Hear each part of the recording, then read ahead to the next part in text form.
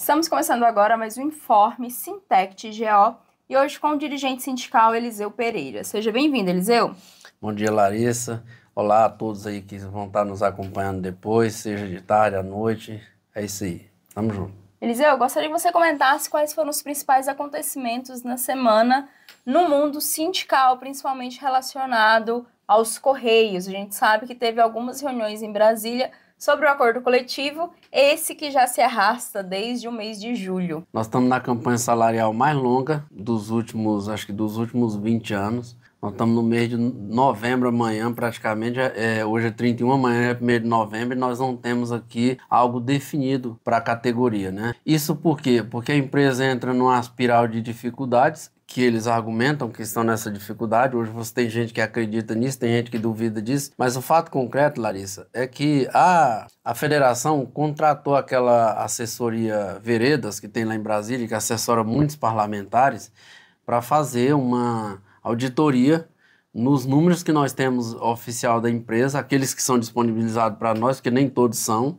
E essa auditoria, eles chegaram à conclusão que, de fato, a empresa está com muitas dificuldades, né?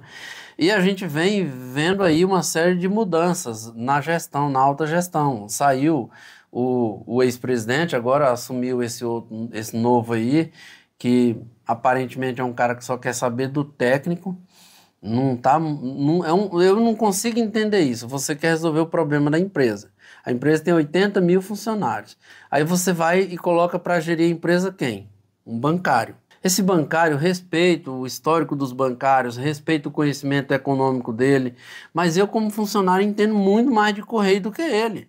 E eu só sou um carteiro. Eu estou querendo dizer com isso é que dentro do Correio, entre os 80 mil funcionários que nós temos, certamente tem gente capacitada muito mais do que ele para tocar o barco. Mas não, vamos lançar mão de tudo bem. Reunimos com ele essa semana. Pela primeira vez as federações se reuniram com ele. Na segunda-feira nós tivemos reunião primeiro entre as próprias federações e os sindicatos. Fizemos uma unidade ali, selamos um pacto de unidade para tentar resolver toda essa problemática que nós estamos tendo. Na terça-feira fomos nos reunir com ele. Aliás, na quarta-feira. Ele vem com essa conversa de que o Correio hoje tem dois grandes desafios, que é a questão da captação e a questão das despesas, receita e despesas. Só que ele esqueceu aqui o negócio da receita. Dos 43 minutos de fala dele, 38 foi falando em corte de despesa. E o foco, quando se vai falar em corte de despesa, o foco é só no contra-cheque da base, da área operacional. Quer dizer, eu, Eliseu, carteiro, motorizado, com a função no sábado, juntando isso tudo, meu contra-cheque dá mais líquido, dá mensalmente 4 mil e poucos reais. O problema da empresa não é, na cabeça deles, não é alguém que está lá dentro da empresa ganhando 40 mil. O problema da empresa é o meu contra-cheque de 4 mil e pouquinho. E é um absurdo, né? É um absurdo total. Aí o foco é só esse. Nós temos que reduzir, nós temos que cortar gasto, nós temos que... Muita gente na área operacional em função que não deveria estar, em isso e aquilo. Quer dizer, a gente tem um edifício sede que tem 5% do efetivo total do Correio está naquele prédio em Brasília. Segundo, dizem por aí, que eu não cheguei a ver números oficiais, mas dizem que esse prédio consome 20% da receita. Mas o problema não é quem trabalha naquele prédio. O problema é quem trabalha em CDD, é quem está numa agência trabalhando de carteira, atendente, faxineiro, sei lá, segurança, tesoureiro, tudo. O cara está lá fazendo 1.001 utilidades, mas o problema da empresa é o contra-cheque desse cara que está lá numa cidadezinha pequenininha. Não é aquela galera que está lá no edifício sede. E, obviamente, que nós do movimento sindical não aceitamos esse tipo de situação, expusemos de forma muito clara. Aí ontem nós retomamos a pauta de negociação, ele não estava presente na reunião de ontem. E ontem a gente foi debater disposições gerais e as questões relacionadas aos sindicatos. Dentro das disposições gerais e dentro desse foco de que tudo é o contra-cheque do carteiro, eles vieram lá dentro da questão, por exemplo, do acidente de trânsito. Hoje nós temos o seguinte: você tem uma comissão paritária, vai ter a reunião. Aí lá na reunião, a comissão paritária, que é 3 do Correio e 3 do sindicato, os 3 do Correio chegam à conclusão de que o dolo é do trabalhador. Os 3 do sindicato dizem que não, então deu empate. Nesse momento, a regra é: deu empate pro réu, ou seja, o trabalhador não vai pagar. Né? Agora não, eles querem colocar o seguinte, se der empate, quem vai decidir é o gerente do CTO. Eu quero saber que dia que um gestor, gerente do CTO, vai ser a favor de um carteiro que tiver penalizado para pagar 47 mil reais de recuperação de um veículo, como a gente teve agora recentemente aí em reunião da comissão paritária, gente que se acidentou aqui dentro de Goiânia com um veículo do Correio, com um caminhão do Correio, e os gastos ficaram em 47 mil. Como que um trabalhador vai pagar 47 mil? Pois é, então tem trabalhador que acha que isso não tem importância, só que na última reunião de comissão paritária, nós avaliamos 38 acidentes de trânsito que aconteceram na SE Goiás. Esses 38 acidentes de trânsito davam um total de cerca de 390 mil para o trabalhador pagar.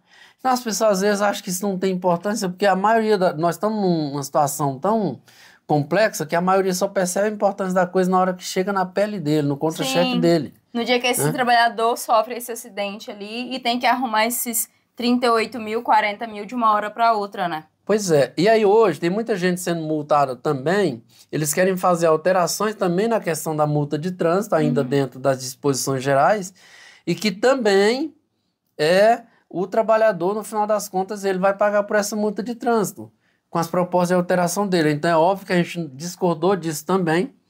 Teve algumas situações que a maioria era manutenção da cláusula, então, beleza, deu para concordar. Mas essas duas, acho que são as duas que vão impactar mais diretamente os carteiros que no momento trabalham com moto ou com carro. E aí é óbvio que vamos ver como é que nós vamos decidir isso aí. Aí propuseram o retorno das reuniões para o dia 11, 12 e 13. O que eu vou dizer aqui é assim, Larissa, a gente tem vivido um cenário onde o trabalhador ele quer informação. O sindicato tem gente que tem a responsabilidade de só passar aquilo que é oficial.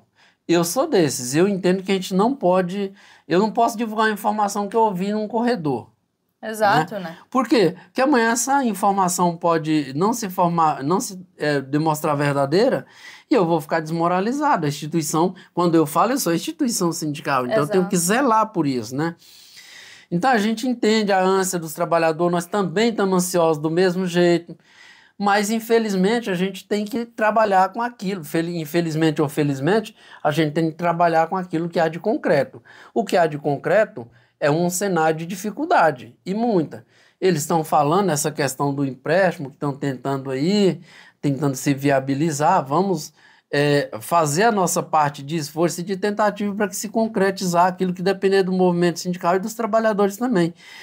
Eu acho que os trabalhadores têm um papel fundamental também na ajuda para a empresa sair dessa crise. Só que esse papel fundamental ele não pode ser confundido pela gestão com o trabalhador abrir mão de direitos dele. Com o trabalhador aceitar se expor, assumir papéis que não são dele, né? Como agora a empresa está tentando fazer. Eles, os gestores, a alta cúpula da empresa, decidiu que era uma maravilha lançar a mão da lei de terceirizações e extinguir o cargo de OTT.